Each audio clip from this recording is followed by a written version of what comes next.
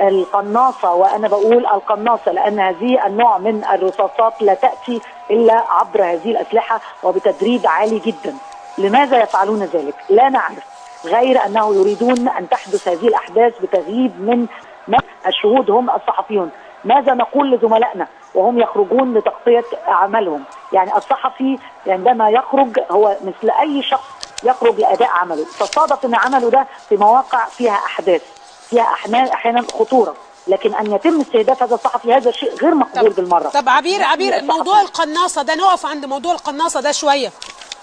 يعني هل لديك معلومات محدده عن وجود القناصه؟ احنا امبارح واحنا بنشوف بعض المشاهد كان في شكوك ان هناك طلق ناري من مبنى مجمع التحرير، وكان في حتى بالليزر كانوا معلمين على هذا المكان. هل لدينا معلومات محدده عن وجود بالفعل قناصه؟ والقناصه دول منين ومين؟